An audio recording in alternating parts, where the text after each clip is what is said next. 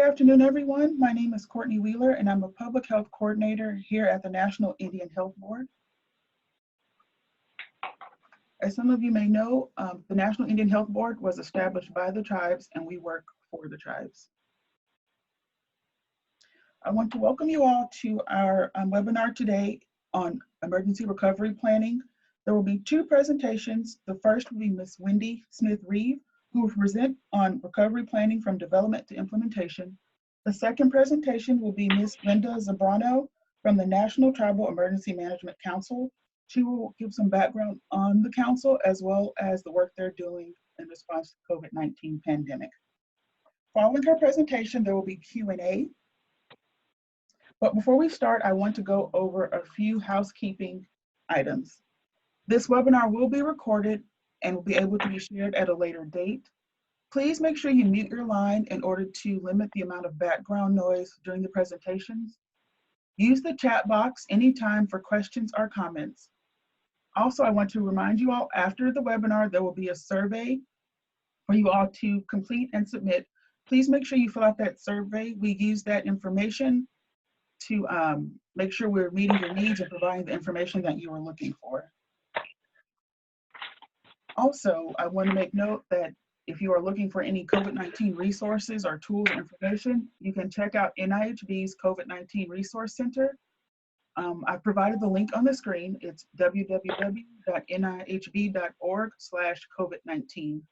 Also, my email address is on the screen as well. If you have any questions after the webinar, please feel free to email me. Wendy, we can now get started if you want to start sharing your screen.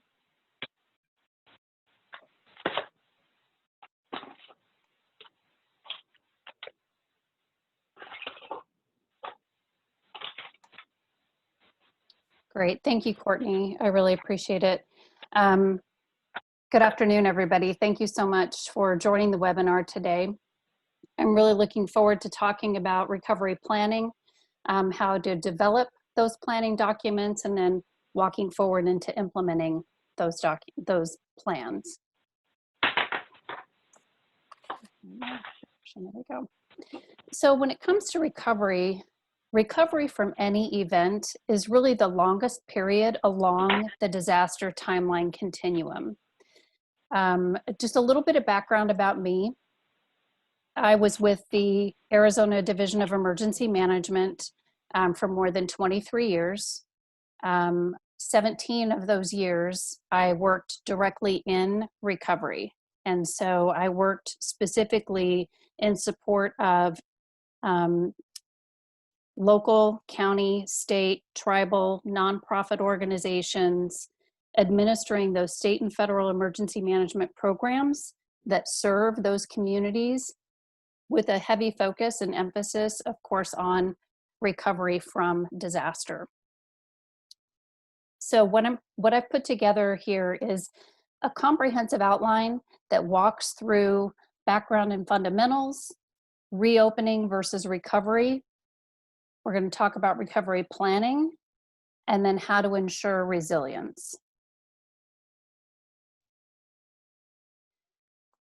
So here's the outline of what we're going to be touching on today.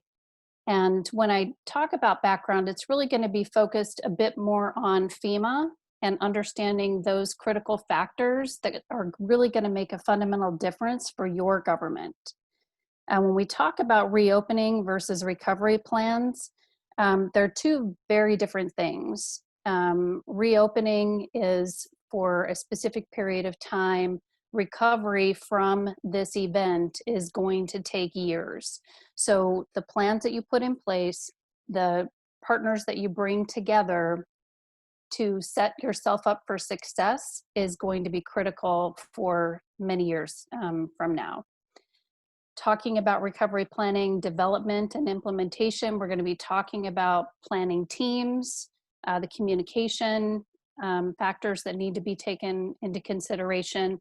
Interdependencies is really going to be an eye-opener, I hope, in that we have to understand that everything is interdependent upon one another, all of the different sectors.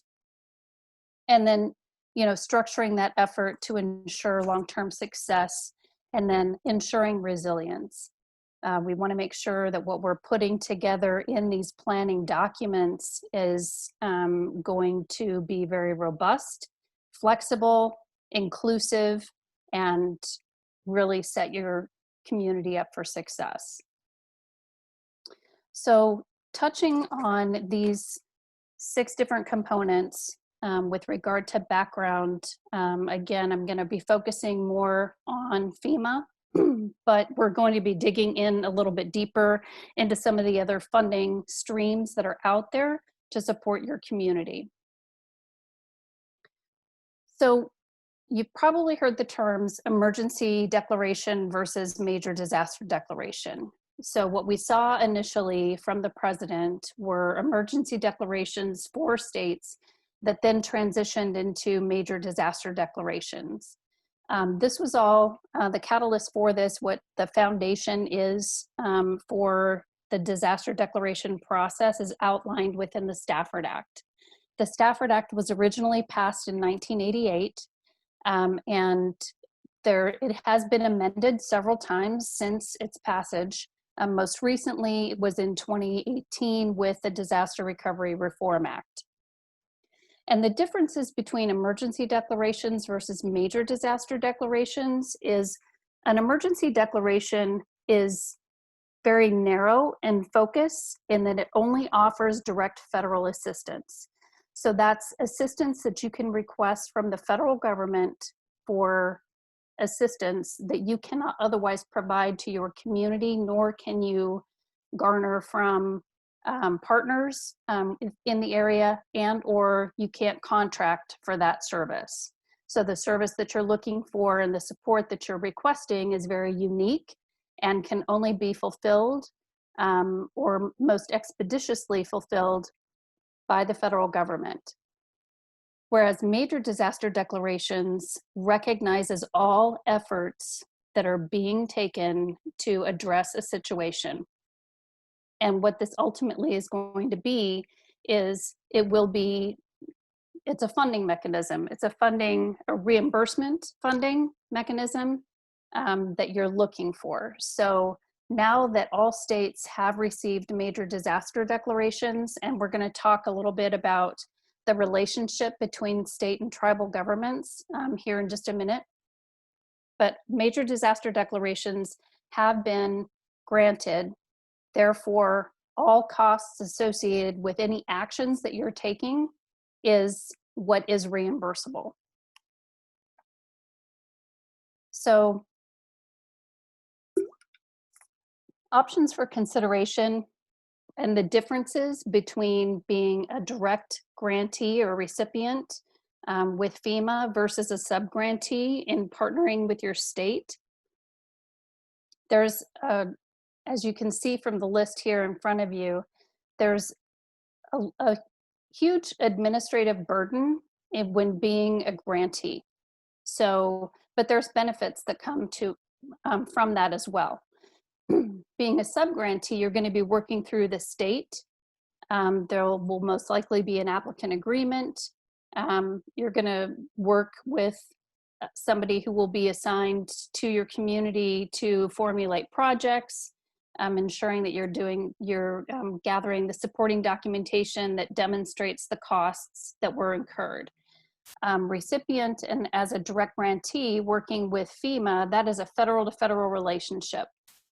You would have a FEMA tribal agreement, but there are a lot of legal and administrative requirements that must be met in order to maintain that status. So as of today, the only tribe that has opted to be a recipient and direct grantee and has therefore been approved for a major disaster declaration is the Seminole Tribe of Florida. So, but if that's something that your government still wants to consider, you can directly reach out to your FEMA regional office and have that conversation. I'm sure everything is still open and available. But either way you want to go, bottom line is the relationships that we build, it's best to garner resources from those partners closest to you. So whether it's county, other communities outside of the nation, your state government, or private sector partners. Those that are closest to you are going to be able to bring those resources quickly rather than having to rely directly on the federal government, because there could be a time lag with that. So, but when asking for or requesting direct federal assistance, when you've identified a need, a resource need that cannot otherwise be met, you can work through the state to complete and or directly with FEMA to complete the resource request form. So the resource request form, you complete that, basically describe what it is that you need, what is the gap that you're trying to fill, and then that goes to FEMA, to the Regional Response Coordination Center. So they're going to look at it from a regional perspective. They're going to identify which federal agency should receive the mission. They'll coordinate with that federal agency and give them a mission assignment. Now, anytime you're making any requests for direct federal assistance, there is a cost share involved, and that's one of the things that the community is agreeing to when signing and submitting the resource request. Is you're agreeing to the fact that you understand that there's an estimate, they'll give you a cost estimate, and then your government is then responsible for the non-federal cost share of 25%. That typically comes in the form of a bill in about 18 to 24 months after the mission is complete and they've reconciled all of the cost accounting for the mission. Now, overall, for the major disaster declaration, that cost share as per federal law is 75% federal share, 25% goes to the community or government that has been granted the declaration. Now, you can request a cost share adjustment to make the federal share 90% and the non-federal share 10%, when you can demonstrate that you're meeting or exceeding a per capita impact of $149. So this really goes back to the cost accounting and capturing all of the costs associated with the event, and documenting that is critical. It's critical to ensuring your success in receiving reimbursement for all of the outlay of costs. And there are at times opportunities for a 100% federal cost share. Typically that's limited to a specific period of time, but there have been exceptions to that rule. And I do know that NIHB has submitted a letter of request for a 100% cost share adjustment, but Courtney can talk to whether or not that has been responded to as of yet. But one of the ways that you can offset the non-federal share is to look at those donations that maybe your community has received. If you've received any donated resources, such as volunteers, any equipment, other supplies or materials, as long as you're documenting the costs or documenting those efforts, there's a cost associated with the donation that you've received, and that value of that resource can be used as a credit to offset the non-federal share. So understanding the vast impact that COVID has had across the nation, anything associated with this event that you have received or your community has received as donated resources, it's critical to document what those donations were, where they came from, and then putting a value to that donation so you can submit that as an offset for that non-federal share. This is all about getting as much money back into your pockets as possible. And that's really, from an economic standpoint, that's what's going to make your community whole again. And that's that's really the goal and objective. So when we look at all of the money that has been appropriated and associated with this event, there's been quite a large sum. It's actually totaling just over $2.4 trillion. So the Coronavirus Aid, Relief, and Economic Securities Act, and then there's also been 3 other related pieces of emergency legislation. It's intended to provide economic relief to a multitude of sectors. So if you're looking at this slide, you can see where all of those dollars were going. They're going to the airline industry, to farming, to global assistance, higher education, hospitals and healthcare, individuals, public services, small businesses. And so there's a multitude of sectors that you need to ensure that your finance group is taking a look at and understanding as to where can you garner some of those funding sources to provide support and assistance to your community. So in addition, what this CARES Act also did is it created the Pandemic Response Accountability Committee, and that is composed of federal offices of Inspector General. It's intended to promote transparency and conduct and support oversight of the covered funds. So it's all about prevention and detection of any fraud, waste, and abuse or mismanagement, mitigating major risks that cut across program and agency boundaries. So some of these funds do intersect with one another. So what I haven't seen yet from our federal partners is good guidance and holistic guidance as to what's covered in each of these different program areas.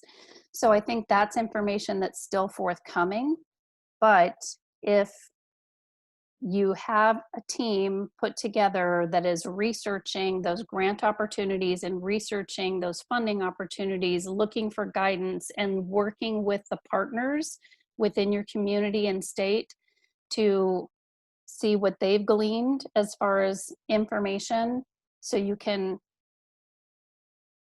infuse that back into your community as quickly as possible.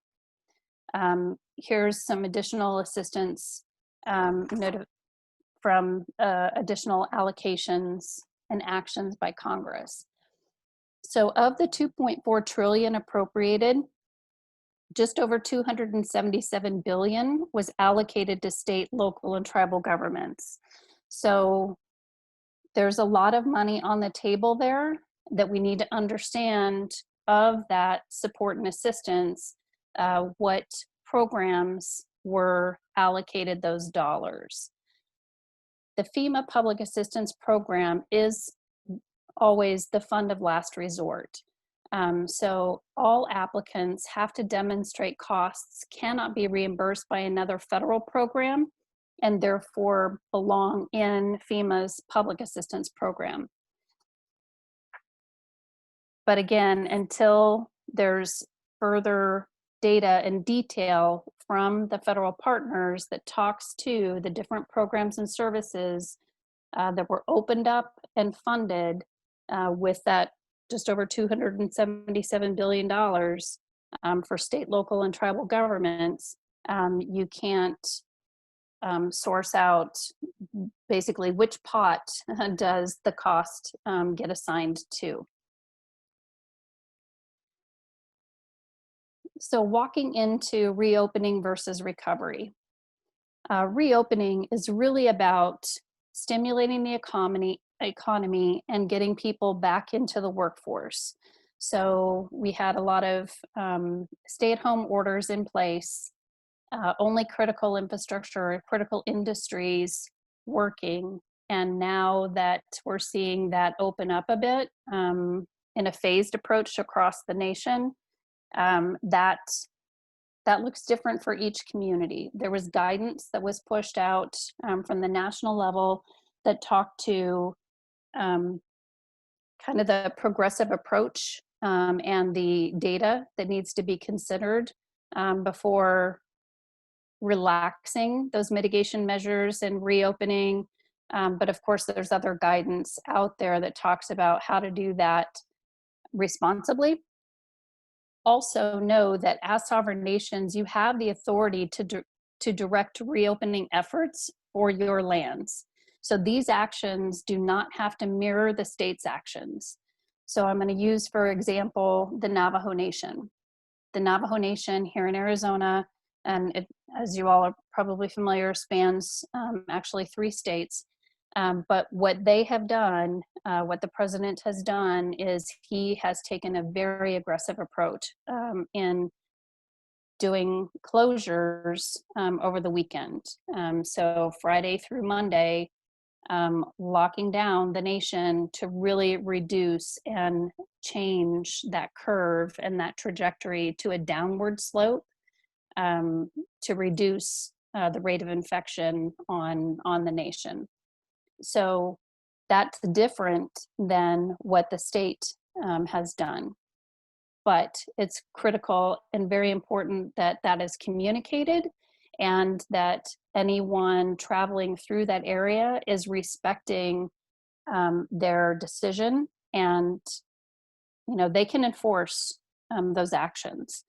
So when we talk about recovery, we're talking about building sustainable and resilient solutions, ensuring good continuity of operations for all industry sectors, and then looking at what are those funding options to recoup those expenditures. Maintaining the health of the workforce is critical. So ensuring the continuity of government and continuity of operations for all industry sectors is really something that those recovery plans need to demonstrate and document. This time continuum is something that FEMA has within their national response framework and the National Disaster Recovery Framework. So when you're planning for recovery, the following timelines really need to be considered and actioned upon. So at all points in the process, also after action issues need to be captured in order to learn and inform the next decision points as well as future events. So knowing that what we are currently still experiencing is just the first wave of this virus, what we've seen in past iterations of virus impacts pandemics, there are second, third, and sometimes four waves to that. So taking what we've learned today and being able to infuse that into the plan is really going to set you up for success. So when you talk about the immediate and short-term actions, those are the things that have already been happening. But capturing that information to understand and inform what a second wave might need would still be very informative. Intermediate, the weeks and months, and you can see how these all overlap one another. That intermediate timeline could be until there's antiviral or widespread testing or herd immunity numbers increase. And then long-term, we're talking about those phases 2 and 3 of the national guidelines. But going back to after action evaluations, capturing those lessons learned in each phase to inform quality solutions for the next phase is really going to set the team up for great success. And reaching out to customers for input, all partners that are part of the planning team and or that have received benefit or have been touched by the plan, getting their feedback and input to inform the plan is really going to ensure good success. So when we talk about plan development and implementation, I'm going to walk through these 5 elements: unity of effort. We're going to talk about communication, interdependencies, establishing a structure, and making sure that you've got data that is driving the decision. So when we talk about unity of effort, it's not about what you can do alone, but what we can achieve together. So these plans cannot be developed in a vacuum. All partners who have a role can provide resources and solutions. They should be fully integrated into this effort. So inclusiveness of all partners at all levels is how you're going to build the best recovery action plan for your community. Also, I would encourage, if there is recovery planning going on within by other partners, or say within a region of where you're located, see if you can't get into that planning effort and create a regional recovery plan for the area. So that way you're leveraging even more partners that are around you. And we can't overemphasize the need for communication. So communication has to be within the planning team, across the entire enterprise, within each agency, and with the public. So avoiding those cylinders of excellence by establishing these robust communication streams within and across all sectors is really going to help you avoid duplication of efforts, and it's going to create a very strong and sustainable communication practice.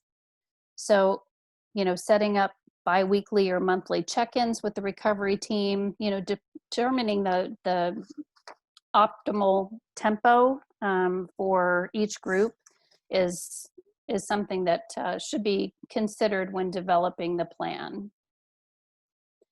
So there's a lot of interdependencies. When you talk about essential critical infrastructure workers, this is the list that the Cyber and Infrastructure Group with DHS has developed. So all sectors should be considered to have critical workforces necessary to ensure support and sustainment to the community throughout the duration of the event.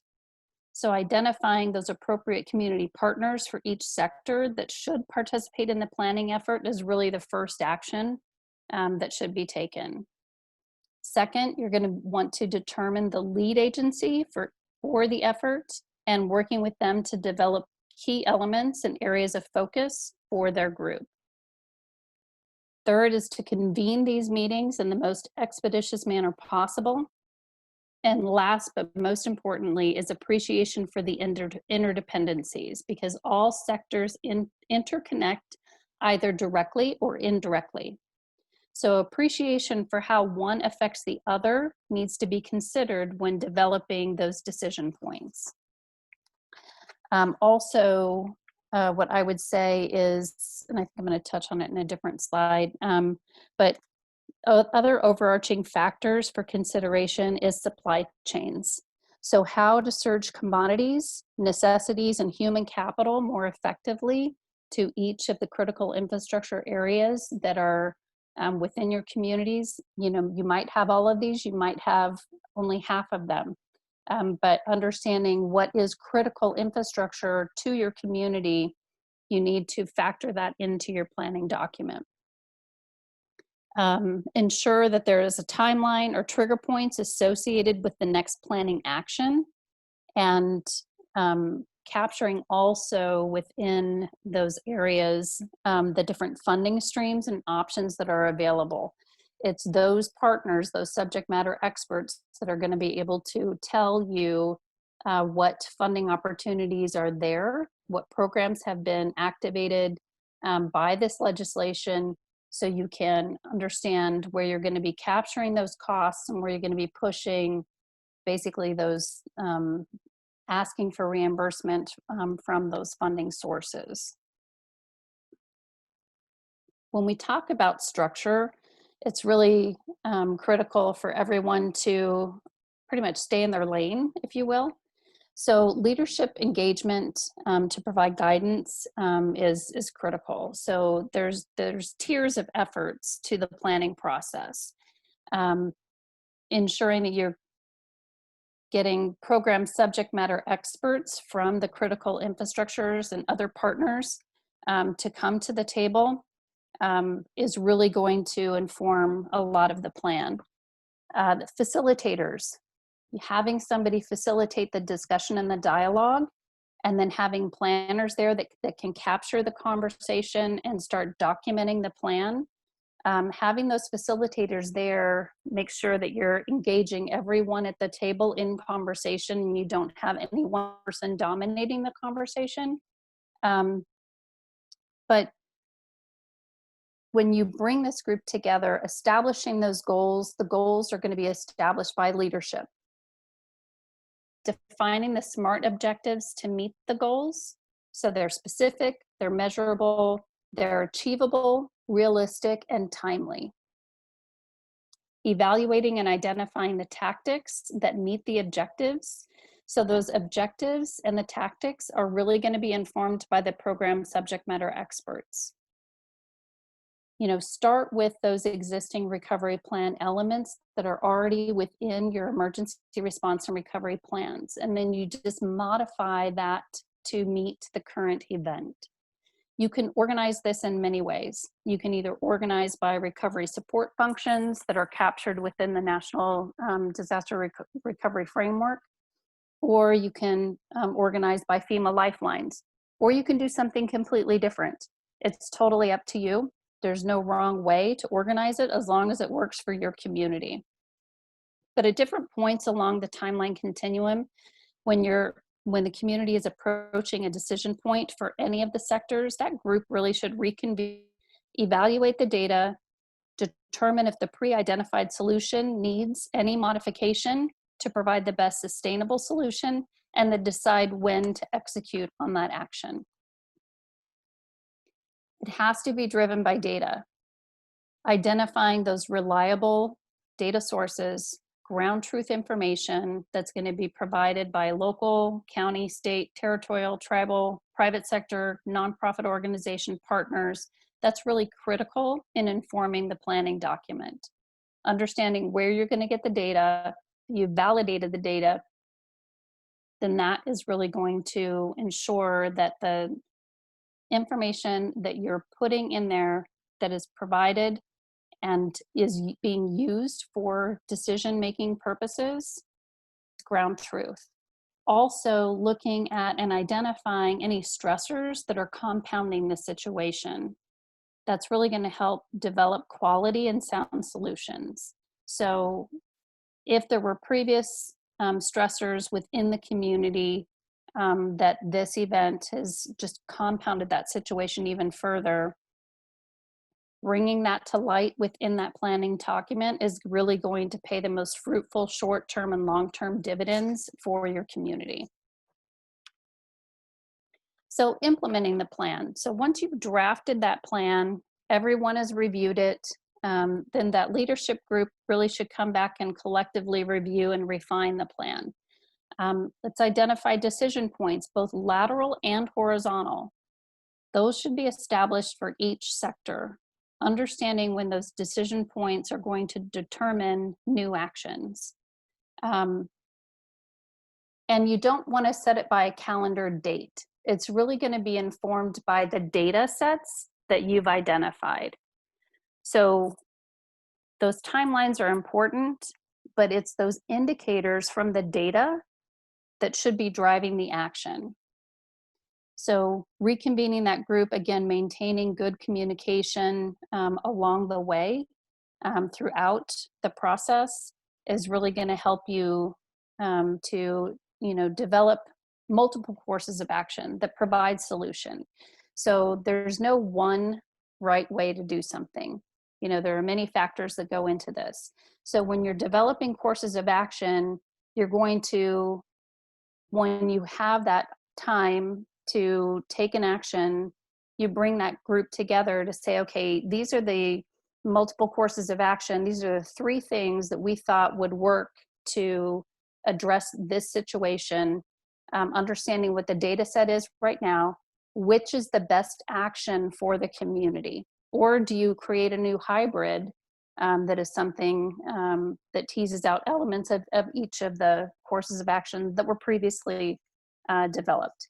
So that's really going to ensure a good, sustainable, and resilient future for your community.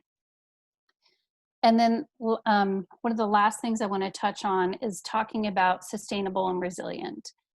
We want to make sure that our communities come back even stronger than they were before. So this slide and the information here came from the Rockefeller Foundation. They really characterize the qualities of resilient systems in these 7 categories. So weaving these factors into the plan and planning process is really going to elevate collective success. So using the past experiences of subject matter experts to inform the highest quality solution is really being reflective in understanding what have we seen before and how could it or does it apply today? What did we learn then that we want to make sure that we are putting in this plan to not have to relearn that same lesson. And then there's always alternate ways to use resources. So get creative.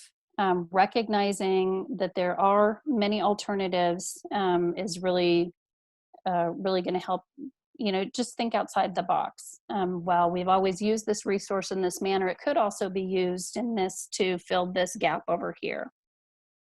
Shared ownership and empowering the team is really going to create the highest quality and long-lasting success. So again, avoiding those cylinders of excellence, being as inclusive as possible, bringing together all of the partners that could have and do have a role. Integrated, being very integrated with a wide range of individuals, disciplines, diversity of thought, giving everybody the opportunity to speak and to be heard and for their ideas to be considered. Like I said, there's no one right way to do something. There are always multiple alternatives. Making sure that those constructed systems are very comprehensive and robust. This is going to require comprehensive management. So while you have this collective team pulling together to unify and develop the plan, you're still going to have one department or agency or people in charge of executing the plan and knowing when to bring the partners back together for each of the sectors to gain your greatest success.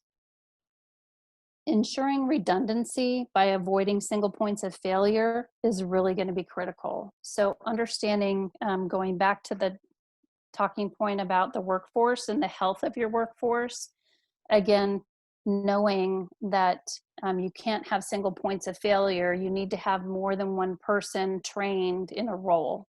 So that way, if somebody falls ill and they are going to be out for a few weeks, you've got somebody else that can step right back in and take over and continue on with the effort and nothing stops.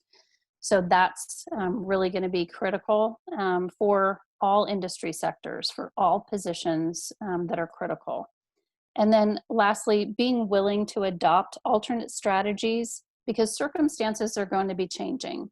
And so what we might be planning for is what we think is going to happen, maybe something else actually happens. So being flexible and, adopting those alternate strategies to conform to that changing environment is really going to, again, provide great success.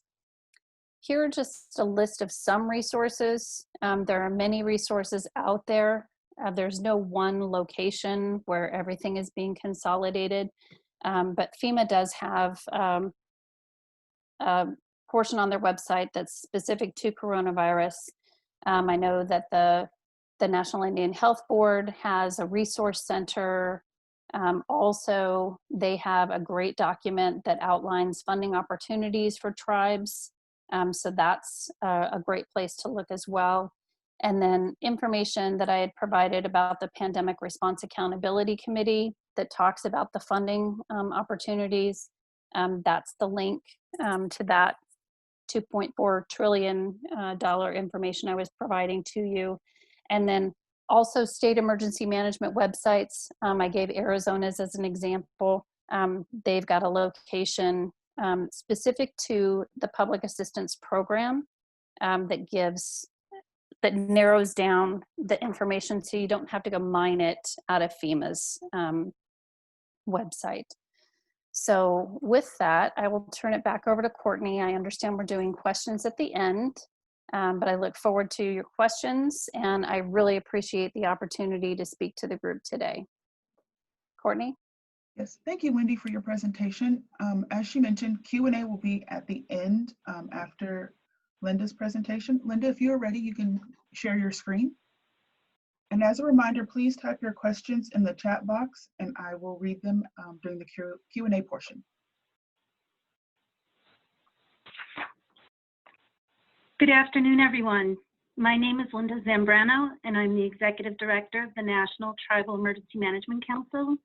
And I'd first like to start by thanking the National Indian Health Board and especially Courtney for reaching out to us and for allowing us this opportunity to share some of the work that the tribes are doing right now in the midst of our COVID-19 response. Our tribes are doing some amazing work in the realm of emergency management and public health, and we really appreciate the opportunity to be able to showcase some of that work. I'd also like to thank Wendy. I really enjoyed your presentation, and I'm really glad that you touched on the differences between emergency declarations and major disaster declarations, because that's been somewhat confusing for a lot of our tribal nations, and we're in the midst of working on trying to clarify some of those issues as we speak. So it was very timely, and I appreciate your bringing attention to that matter. So with that, I'd like to give you a little bit of background information in regards to who we are, how we came to be, and then lead into some of the work that we're currently doing. Hi, so Lynda. Today yeah. Hi, Lynda, it's Courtney. I'm sorry to cut you off. We can't see your slides. If you could share your screen, please. Oh, I thought you could see them. Let's try this. Thank you. Perfect. Today we're known as the National Tribal Emergency Management Council, building systems through partnerships, and our main focus is tribes working with tribes. We often start out our PowerPoint presentation and our webinars by asking the general audience if they have an idea of how many of our federally recognized tribes and Alaska Native villages have formally recognized emergency management programs. Sometimes the answer is quite surprising to a lot of people. In the course of much of our National Flood Insurance Program work, less than 7% of our tribes actually participate in that program. And as of last week Friday, only 40 of our tribal nations chose the option of going directly to the president to declare a major disaster declaration, which again, 40 of the 574 tribes equates to 7% of our tribal nations.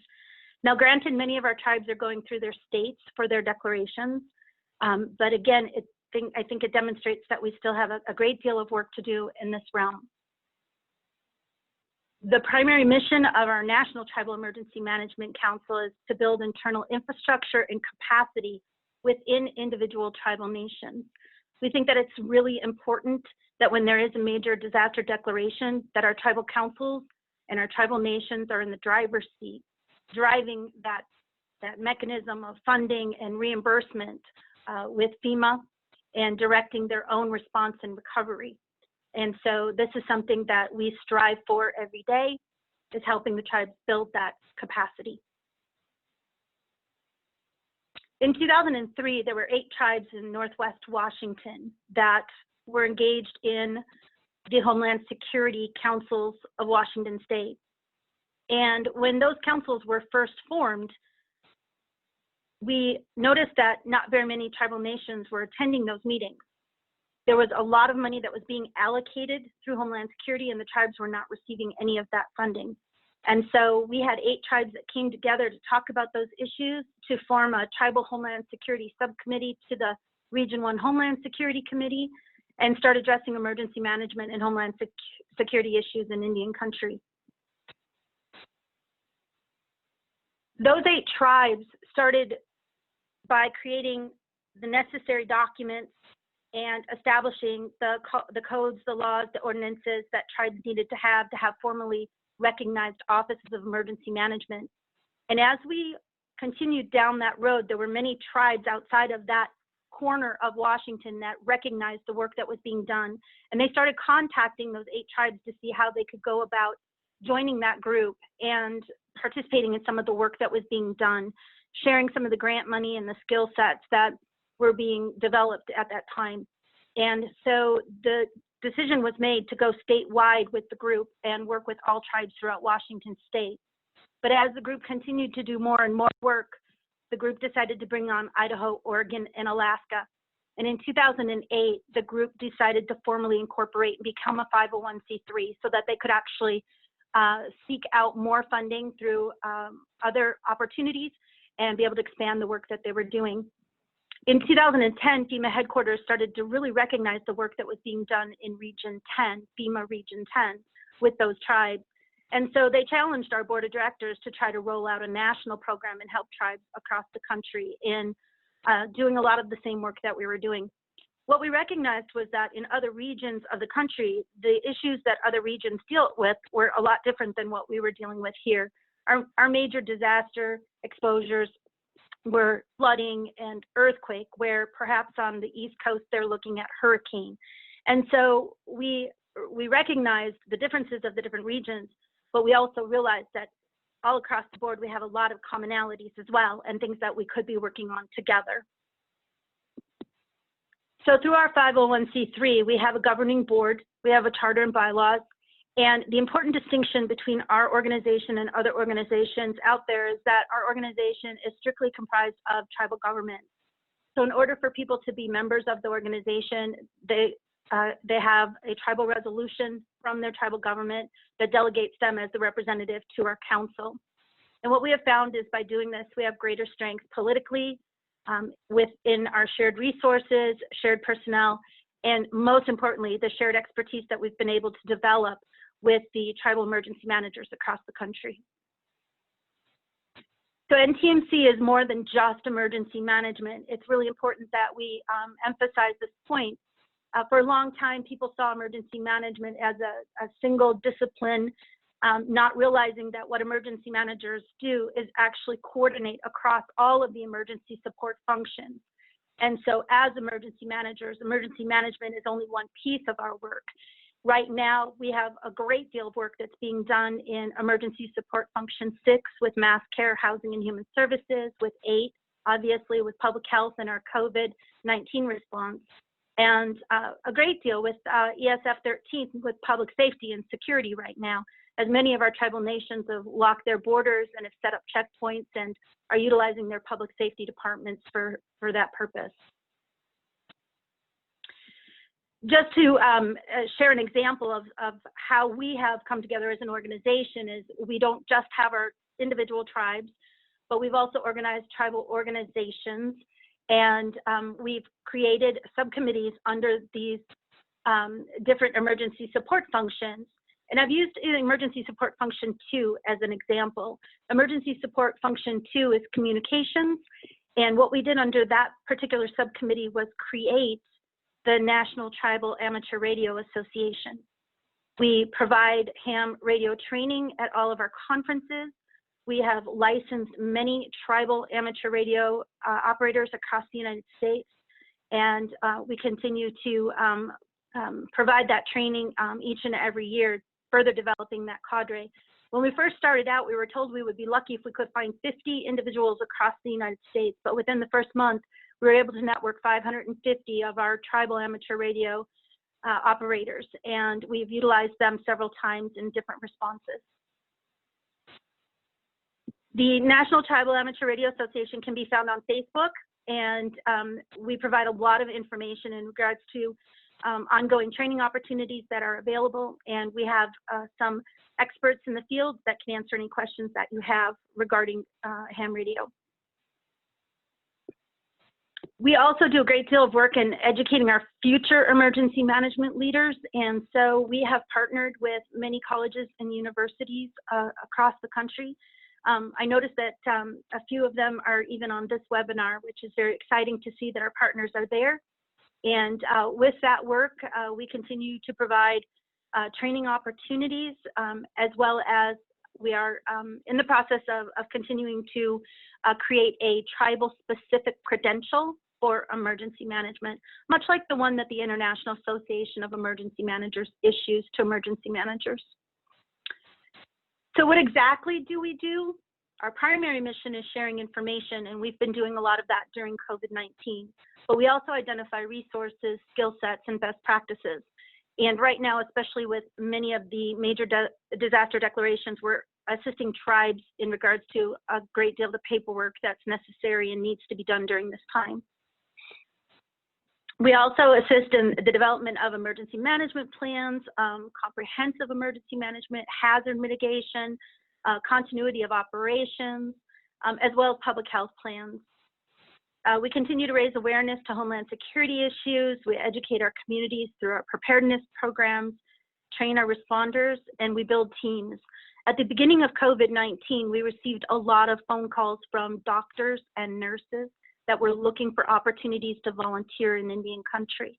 So with our local and state partners, we were able to place many of those physicians and nurses to help with our COVID response.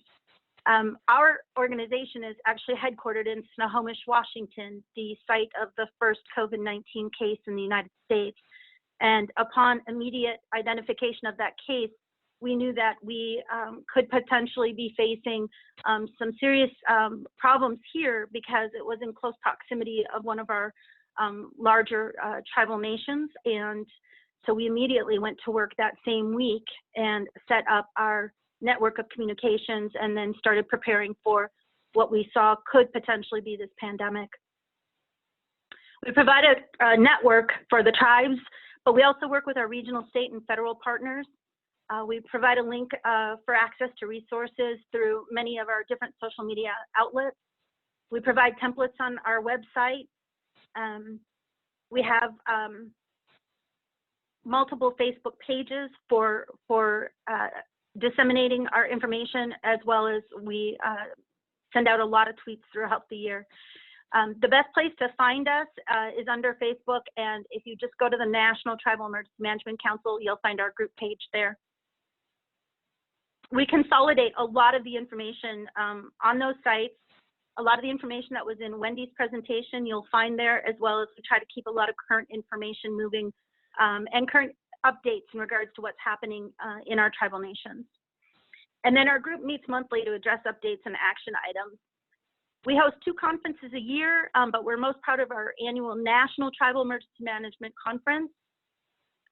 And then in the realm of public health specific, here are some examples of some of the things that we've worked on over the last 17 years with our tribes. We're finding a lot of that work coming to fruition today. We're very proud that several of our tribal nations that we have worked with have 0 cases of COVID-19, and we attribute that to a lot of the work that the tribal nations have done, hard work to prepare for these types of things. We've also worked with some colleges and universities in developing tribal legal preparedness best practices.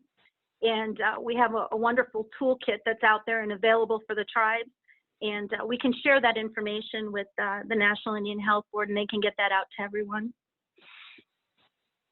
With COVID, our team has been extremely active right now in seeking out food and medical supplies, personal protective equipment, and we have been delivering and shipping these materials and supplies all over the country. With the potatoes and onions, overabundance of potatoes and onions in Idaho and Eastern Washington, we've been shipping millions and millions of pounds of potatoes and onions around the country. We also work with agencies to develop tribal critical infrastructure profiles. Right now, we're finding that communications is a really important area for the tribes to be working on, whether that's with Verizon or AT&T or whatever their phone coverage might be in their particular areas. So we're doing a lot of work in this particular area. We have these 2 resources that are available, the Native Family Disaster Preparedness Handbook and also the Red Guide to Recovery. We have partnered with our friends down at the Long-Term Recovery Foundation in California, and we've worked with them on some of these documents. And we were super proud to announce that we were going to be hosting our 2027th Annual National Tribal Emergency Management Conference down in Saboba this year. But with the COVID, that is not going to be possible for us. So we're looking at the possibility of going to a virtual conference. We're hoping that we're going to be able to do that. And that way we will still be able to partner with all of our local, state, federal partners, as well as many of our major corporations that we now work with, and still be able to bring some quality material forward for our tribes. Some distinctions between our group and other groups is that we are firm believers, and have been for the last 17 years, that emergency management, public health, and public safety are trust responsibility of the federal government, and therefore we do not charge dues or membership fees for anyone to be a part of our organization. The only requirement is that the tribal government is aware that they have a delegate. So that's why we ask for that tribal resolution from the tribal government, acknowledging who their dedicated representative is to the group. And then with that, they're able to participate in our conference calls and conference planning, and with our monthly meetings that we host. We also feel it's really important to emphasize that we're not a response organization. Although we are doing a great deal of response right now, it is still FEMA's responsibility to be that national response organization. Hence, we work very, very closely with our tribal partners, with their local governments and state governments, and then with national headquarters in coordinating much of the communication, the information, the resources that are being shared. And then we're driven to provide efficient public service through the partnerships. And we have always said that disasters start at the local level, but when the capacity exceeds that of the local teams, it's time for us to make sure we've got those partners. And so we've partnered across the board with every emergency support function. And we've developed some really great partnerships across the board. We've demonstrated some of those on this slide. After a lot of the Homeland Security funding started to dry up, we found as an organization it was very difficult for us to find emergency management funding to maintain our organization. And so we turned to corporate America. What we found was happening at the time was during some of the disasters and some of the larger disasters that we were experiencing, we were finding a great deal of price gouging that was going on. And I think that even today during COVID, we've seen some of that with even hand sanitizer, toilet paper, and N95 masks. But what we did as an organization was we contracted with Sourcewell. Sourcewell is a national cooperative, and they are contracted with more than 250 Fortune 500 companies. And what we were able to do was lock in pre-negotiated contract pricing for the materials and supplies that we need. Any of our members of the National Tribal Management Council have a free membership to Sourcewell and can use them for procurement of materials and supplies. And with that, we like to wrap up with a final thought from a National Tribal Emergency Management Council tribal elder. And that elder told us that the true meaning of sovereignty is not to tell us what to do, but to provide us with the information needed to make informed decisions for ourselves and our people. Many of us come from small tribal nations. Many of us do not have emergency management or homeland security. We don't have the same funding, the expertise, the training, or the resources that the federal, state, and counties have. But what we do have is thousands of years of experience surviving disasters. We have the ability to do great things. We can plan, prepare, learn, and share. We can all work together. We may need to seek out those who can help us, our fellow tribes, our federal, state, and local partners, many of you who are listening and viewing this presentation today. It will be through working together, building relationships, and sharing knowledge with each other that will make us stronger. And in the end, our investment today will help us to save more lives tomorrow. So with that, that concludes my section of the presentation. And again, I just really wanted to thank Courtney for the invitation, for allowing us to be a part of your webinar today. And I can stick around to be available for any questions that anyone might have. Thank you. Hi, thank you, Lynda and Wendy, for your excellent presentations. We are now in the Q&A portion of the webinar. If you could please type your questions into the chat box, and I will read them to our two presenters. There was a question that came out earlier that was answered in the chat box, but I wanted to give an opportunity to answer just in case someone missed it. There was a question about, can the cost share be paid out of CARES Act funding? Lynda, would you be able to provide your answer to that? Yes, of course. And so there was a correspondence that came out of the White House just last week. It's relatively new, and it was sent out to tribal leadership, letting them know that the CARES Act monies could be used as the cost share. And I would be more than happy to forward that to you so that you could send it out to everyone on the call. Yes, thank you. We have another question. How do people on the webinar obtain a copy of the handbooks that were mentioned? All they need to do is send me an email, and I can go ahead and get you all of the information in regards to getting those out to you. Okay. Are there any other questions? Okay, here's one. So for some who may not have fully developed a recovery plan, where would be the best place for them to start? So there are some, I'll look for some templates that could be used to help develop the recovery plan. Another place to go might be to have a regional group or a county emergency manager, your state emergency management. Every state emergency management office has a recovery plan within their state emergency response and recovery plan. So, but I'll look for a template that I can send to Courtney that she can also push out to the group. Thank you. Mm-hmm. Are there any other questions for our presenters?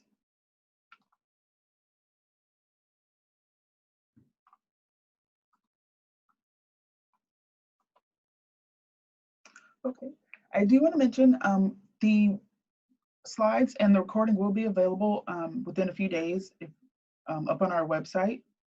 And I also want to direct you all to our COVID-19 Resource Center if you do have any questions or looking for any one-pagers, fact sheets, information on funding that is available in regards to COVID-19. The website is www.nihb.org/COVID-19. If you also have any questions, you can email me at C as in cat, Wheeler at NIHB.org. Again, just a reminder, if you have any questions, please type them in the chat box and I will share them with our presenters.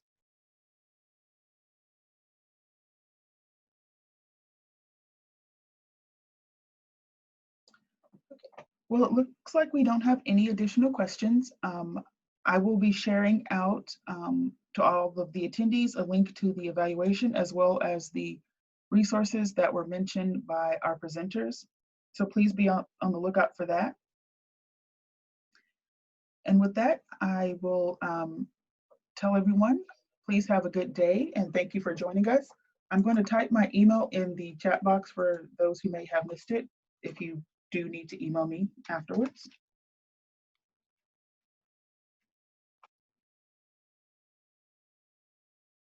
Okay, thank you. Have a good day.